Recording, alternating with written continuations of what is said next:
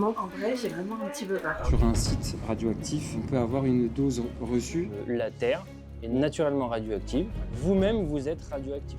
Je suis vraiment sale gosse. Dans un monde d'hommes, voilà, faut savoir se faire comprendre. On n'est quand même pas beaucoup de femmes. Voyage planétaire de nous est impressionnant. On va voir quelle dose tu as intégrée pendant la visite. 3, 2, Ah, le stress. On est une ICPE, donc une zone d'exploitation industrielle.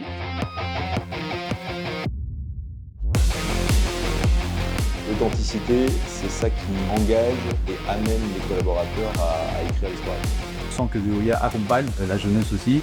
On va rencontrer les équipes qui maintiennent ce lieu au quotidien. Ce site représente aussi ce qu'est la réindustrialisation. Hello! Aujourd'hui, on est de retour à Épotémont. Oui, je sais. Et je suis avec mon acolyte favori. Bonjour. Hello! Encore une fois, ravi de te retrouver Pareil. pour cette pareil. nouvelle édition qui s'annonce Radioactive. radioactive. On va aborder un sujet, je pense, qui est invisible pour pas mal de personnes. Ça, c'est des métiers, je pense, qu'on ne connaît absolument pas. Et on va parler de gestion des déchets radioactifs. Donc on est à un ICPE, donc une zone d'exploitation industrielle. On va rencontrer les équipes qui maintiennent ce lieu au quotidien. On va être guidé par le maître suprême de ces lieux, Romain Darsonval, qui va nous faire découvrir un peu tout ça. Et moi, je me pose une question, on y répondra à la fin, mais est-ce que nous, on se verrait travailler ici? Tu vois? Très bonne question. Très bonne question. Et qui mérite une réponse, donc rendez-vous tout à l'heure. Bienvenue, Merci. je suis Émeric Silva et je suis agent qualité, sécurité, environnement du site. Ok. Donc je vais vous présenter le plan de prévention. C'est l'entrée sur le site obligatoire. On va étudier les risques potentiels sur lesquels vous allez peut-être être confronté sur le site. On fait un plan de prévention parce que dans l'arrêté du 19 mars 93, il est déclaré comme travaux dangereux le fait que ce soit un site radioactif. En fait. On doit avoir nos EPI, casques, Très important. Ouais. vêtements de haute visibilité. On va demander de bien respecter les passages piétons. Sur un site radioactif, on peut avoir une dose reçue. On va vous prévenir en amont de ce qu'il est possible de prendre en venant ici, sachant qu'il n'y a aucun risque. Donc si tu es OK avec ça, Sophia, C'est moi qui peux-tu sais. signer là? Avez-vous des questions? Je rentre chez moi ce soir. Normalement. Le chef suprême dont j'ai parlé tout à l'heure, il est juste là. Vous êtes prêts, c'est bon, le plan de prévention il est signé. On a été introduit un peu au risque, du coup là on a bien tout en tête. On a peur. Mais on a peur, voilà. Non. On y va. Top. On y va, c'est parti. Je ne l'ai pas montré, mais Veolia nous a concocté un programme. Voilà, donc on commence à 9h et on finit à 15h10. Voilà, c'est parti. Donc nos activités principales, il y a le tri et le traitement de déchets radioactifs. Il y a le maintien en condition opérationnelle des conteneurs et des citernes de transport d'effluents radioactifs. Il y a la location de conteneurs, de l'entreposage de conteneurs. Et on a également une activité de caractérisation radiologique et physico-chimique dans notre laboratoire de mesure nucléaire. On est sur la ZAC. À cet endroit, on entrepose les conteneurs vides et froids. Donc dans le nucléaire, quand on dit froid, en fait, ça veut dire qu'ils sont exempts de toute contamination radioactive. Ils ont été contrôlés, il y a une attestation de non-contamination. C'est pour ça qu'on peut les entreposer à cet endroit. En fait, ils sont prêts à repartir sur un site client. Je sais ce que j'ai à faire, j'ai mon planning, j'ai mes conteneurs et je sais... Voilà, c'est à moi de m'organiser de manière à ce que ça fonctionne bien et que ça parte dans les temps, quoi. Et comme ça, j'ai un plan pour chaque type de calage et je me fie au plan à chaque fois. Comment tu es arrivé à ce poste-là chez Veolia? Je suis arrivé un peu par hasard, en fait. Je cherchais à quitter mon ancien travail. J'ai postulé ici, on m'a accepté, on m'a formé ici, donc et j'y suis bien. Tu t'éclates là. Et ouais, je suis bien. Et du coup, Romain, est-ce que tu peux vraiment certifier après une opération de nettoyage qu'il y a zéro irradiation? Oui. Ah oui. On va passer avec un contaminamètre pour vérifier la contamination surfacique. On va également faire des frottis. On a également un radiamètre qui nous permet de vérifier la potentielle irradiation. Et si on est en dessous des seuils réglementaires, on peut dire c'est bon, le conteneur est vraiment propre radiologiquement. Il reste quand même entreposé ici, mais en fait, il est très très propre. Normalement, il y a eu des tests d'épreuves réalisés sur ces conteneurs, des tests de chute. Tout est fait pour que le colis soit vraiment sécurisé. On a à peu près 1000 conteneurs là sur le site. Donc là, ça va être une nouvelle dalle. On va pouvoir remettre environ 700-750 conteneurs. C'est une zone, on rentre dans une autre zone? Là, on rentre dans la l'ISPE chaude. Alors là, du coup, on dit zone radioactive. Alors c'est vrai que pour ceux qui sont un peu parano, c'est-à-dire qu'on se dit l'air qu'on respire là dans cette Non, zone, pas du c'est tout. voilà, c'est quand on est à l'intérieur. En fait, tous les conteneurs, déjà, s'ils ont des colis de déchets radioactifs dedans, rien que le colis de déchets radioactifs déjà a piégé la potentielle contamination. En plus, tu as le conteneur par-dessus. Donc tu risques rien. On est surveillé également par notre DREAL. On a 2 inspections inopinées par an. Ouais. Ouais. Vraiment, vous n'êtes pas au courant. Ouais, bah, ouais. Inopiné. Ils ont full accès, entre guillemets. Alors après, nous, on est obligé de les accompagner quand même pour être sûr qu'ils ne se mettent pas en danger. Mais quand ils toquent au portail, eh ben, on se doit de se mettre à leur disposition. Laboratoire de mesure nucléaire, c'est là où tu as vraiment envie d'entrer. Aller voir ce qui se passe. Voilà. Donc là, on va aller voir le service radioprotection. Il va pouvoir nous donner un dosimètre. Vous allez avoir un dosimètre. Et après, on va aller se changer. On va déjà mettre une tenue de base. Puis après, il y aura une petite surprise durant la visite. En vrai, j'ai vraiment un petit peu peur. Vraiment. En fait, vous mettez en sous-vêtement, vous allez avoir un t-shirt. Donc les t-shirts, ils sont là. Et vous allez mettre une tenue universelle. Donc une belle cotte orange. Je me dis ça. Tu gardes ton caleçon. C'est ça la surprise.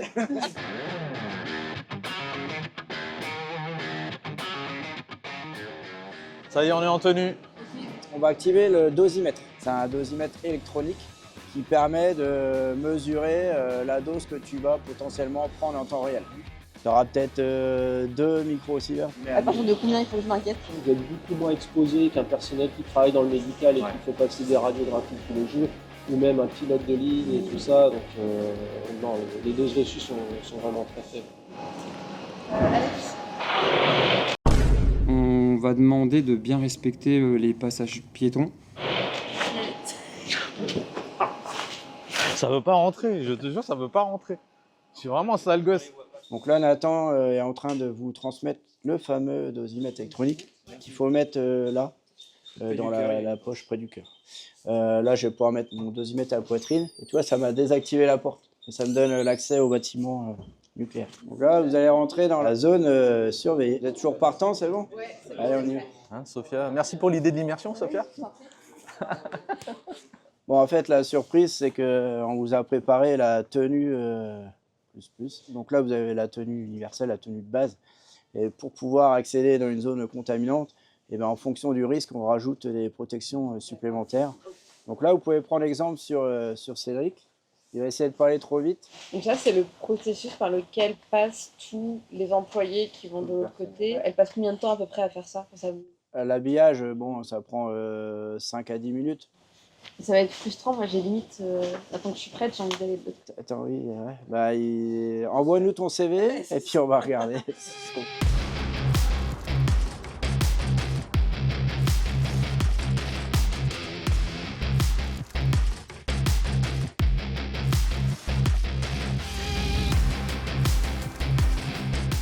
Et le collègue, lui, il se swatch tout seul.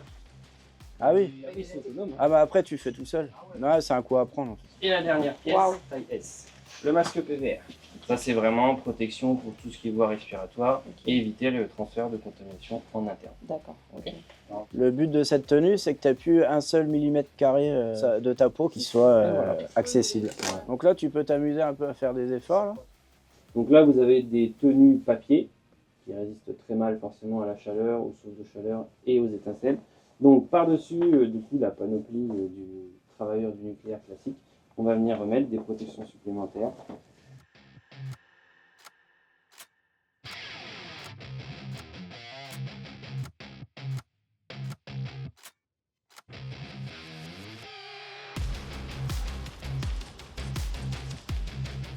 Donc là, c'est la tenue légère de découpe. Ah, ça c'est léger? Oui. Ok les gars, je vais réfléchir avant la reconversion. Pour vraiment un découpage chaud quand tu es à la lance thermique.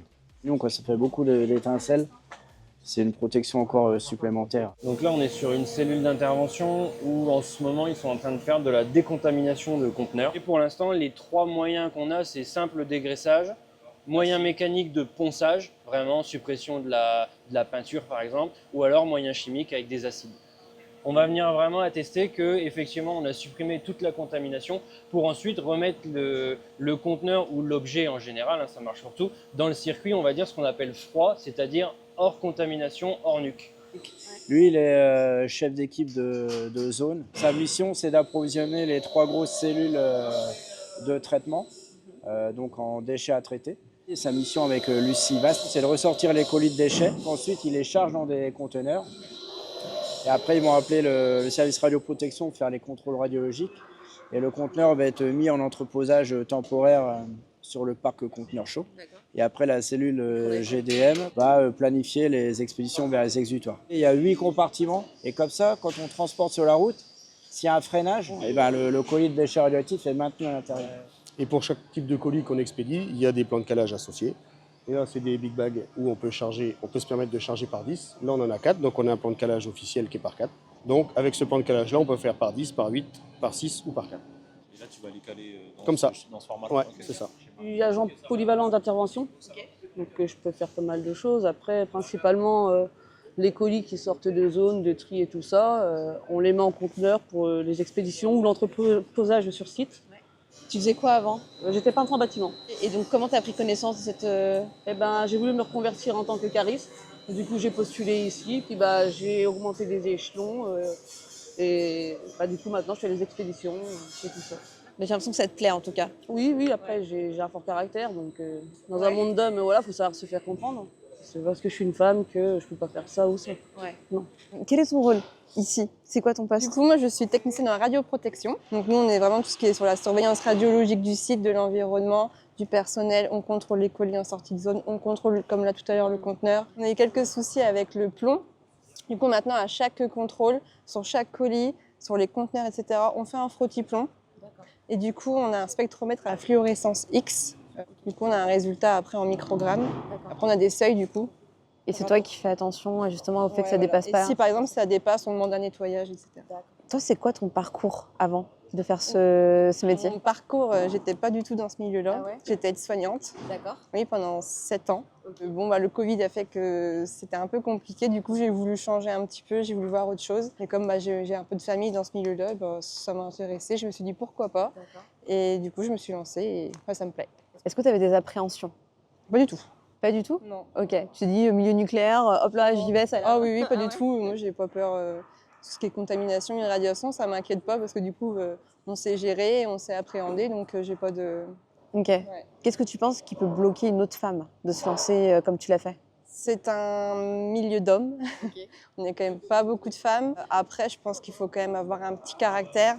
Quand on est femme et jeune en plus, on a une position des fois qui est un peu délicate par rapport à certains hommes qui ont peut-être du mal à prendre des réflexions ou à entendre ce qu'on dit. De la part de femmes? De femmes, voilà. Et du coup, je pense qu'avoir un caractère, s'affirmer, c'est important.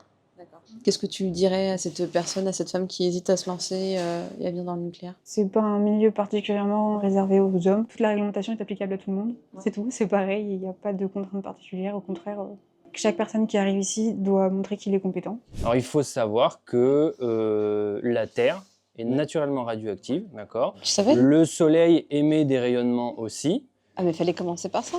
On aurait peut-être moins stressé avant de venir. Voilà, la Terre est naturellement radioactive.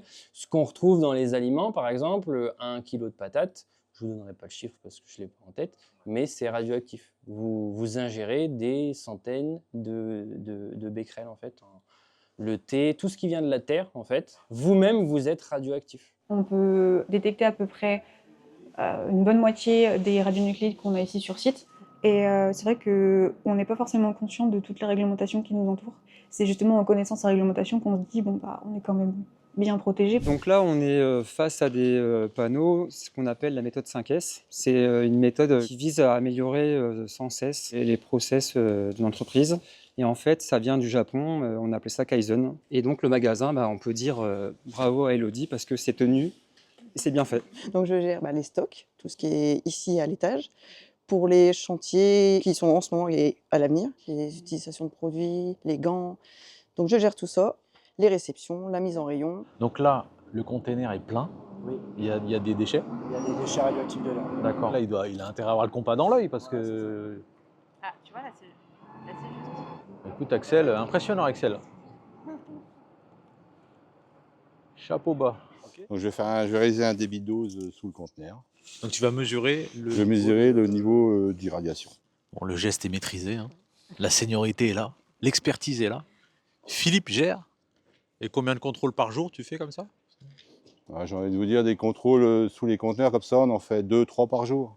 Et ça, l'outil que tu tiens, tu sais combien ça coûte ça à peu près? Au moins 4 000 €. 4 000 €, ouais. À peu près, ouais. T'as l'impression qu'on va à l'abattoir. Tu sais, c'est...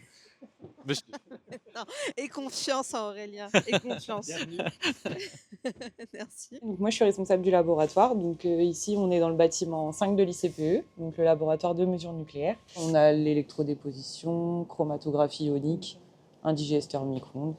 Derrière moi, vous avez le broyeur planétaire également. Le broyeur planétaire, le nom est impressionnant. Ça permet de... Donc quand on a des échantillons qui ne sont pas dans les bonnes granulométries, on les broie pour réduire ça devienne de la poussière. Les échantillons, c'est quoi à la fin? C'est qu'est-ce que tu délivres comme résultat? Ça dépend ce que les clients demandent, mais en gros, en général, ils veulent savoir qu'est-ce qu'ils ont dans leur échantillon. Par exemple, si c'est de l'eau, qu'est-ce qui se trouve dans l'eau. Donc ça peut être des émetteurs alpha, des émetteurs bêta, émetteurs gamma. On peut tout faire, ça dépend ce qu'ils demandent au départ. Et toi et ton équipe, vous analysez combien d'échantillons par jour, par mois? Toutes les semaines, on a déjà toute la surveillance de l'ICPE, donc ça ne change pas. On a 16 biberons, qu'on appelle des biberons. Et après, en fonction des clients, ça dépend des périodes. Ça dépend des périodes et des... C'est jamais la même chose, en fait, ça change tout le temps. Quelle est la plus grande difficulté pour toi dans ton quotidien? Peut-être la gestion du temps. Enfin, des fois, on a l'impression qu'on peut faire quelque chose assez rapidement, mais ça prend plus de temps que prévu. Des fois, il y a des imprévus où les résultats ne sont pas corrects. Et dans ce cas, il faut tout recommencer. Et refaire la préparation et l'analyse, ça peut prendre un certain temps. Donc, Tout est concentré dans un dossier d'acceptation qui est paramétré informatiquement. Quand on envoie des colis, on détaille ce qu'on envoie, on envoie sur le réseau, Andra, et on a un retour correct ou non si on suit bien le dossier d'acceptation qu'ils nous ont octroyé. Les conteneurs, c'est comme les voitures, il y a un contrôle technique en fait. Donc tous les 2 ans et demi, ils doivent repasser sur des contrôles réglementaires. Donc pareil, dans nos tableaux, on a des suivis d'alerte qui nous permettent de dire, voilà, attention, il lui reste plus que 3 mois et au bout de 3 mois, il ne pourra plus aller sur la route en fait. Moi, mon objectif, c'est que justement, ce nucléaire soit propre, entre guillemets, c'est-à-dire que tout ce qu'on reçoit chez nous reste dans nos bâtiments et que rien ne ressorte de nos bâtiments. 8, 7, Ah, d'accord. Ok. 5, 4, 3, 2, Ah, le 1, stress. non contaminé. Et en vrai, il y a un petit stress quand même, hein.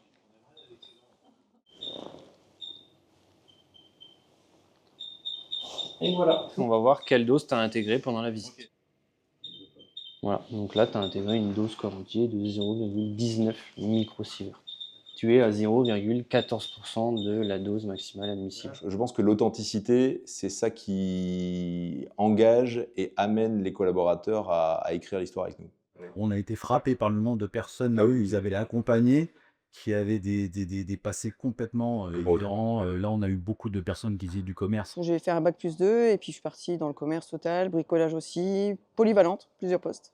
Et au bout d'un moment, voilà, après le Covid, envie de changement. Donc le poste s'est proposé là, puis découverte. Donc je suis arrivée, et formation d'1 mois. Et ouais. C'est ça. Et puis la jeunesse, on a eu beaucoup de jeunes aussi, compétents rapidement. Là, on a vu Axel là, qui mettait des containers voilà, sur 3 étages, etc. Enfin voilà, on sent que Veolia accompagne la jeunesse aussi. Et puis j'ai été aussi bluffé par la digitalisation. Il y a des choses effectivement qui permettent d'apporter beaucoup de bénéfices, de gagner du temps. Donc depuis à peu près 1 an, on est en partenariat avec Brols. On peut gérer tous les conteneurs du site. Par exemple, si on prend un calage qui a été fait aujourd'hui, je peux vérifier que tout est conforme. Et après, je l'exporte. Nous, on sort cette fiche-là qui permet au conteneur de pouvoir partir et d'être conforme. Et les conteneurs sont équipés de QR code. Mathieu, il arrive avec la tablette, il bip le conteneur et il sait que c'est celui-là, le numéro, c'est directement le bon. On peut prendre des gens qui ne viennent pas de nucléaire, c'est ça qu'il faut en tout cas bien retenir, et pouvoir construire un beau parcours. Fin de journée, Alex? Fin de journée. Ouais. Journée On est bien, intense. ouais. Ah ouais. Quel est ton bilan, Sophia? Une très très belle journée, très dense. On a eu la chance de rencontrer énormément des équipes sur place. Je pense qu'on ne pouvait pas rêver mieux en termes d'accueil. Enfin, je ressors avec de l'émotion, comme tu disais tout à l'heure. On a vraiment été touchés par les personnes qu'on a rencontrées. Au début de cette vidéo, on s'est posé une question. Mais est-ce que nous, on se verrait travailler ici? Quand je vois le côté familial de ce site, moi je me projette totalement. C'est un grand oui. Ouais. Limite la larmichette à l'œil là que je pars parce que ils ont été super. Romain d'Arsonval, il gère le site d'une main de maître. On sent que les gens l'apprécient. Moi, si effectivement j'étais travailleur ou je cherchais à me reconvertir, franchement, je postulerais ici. Ce site représente aussi ce qu'est la réindustrialisation. Aujourd'hui, on a besoin de forces vives, de jeunes, de femmes. Donc franchement, belle découverte. Merci à toute l'équipe. Et puis voilà, Sophia, c'est encore une belle immersion. Encore une belle immersion et en tant que recruteur, c'est une vraie chance d'aller sur le terrain pour comprendre les métiers qu'on recrute. Tout est dit. Maintenant, j'ai un dernier déchet radioactif à me débarrasser. Donc tu choisis ton container. Donc salut, je m'en débarrasse.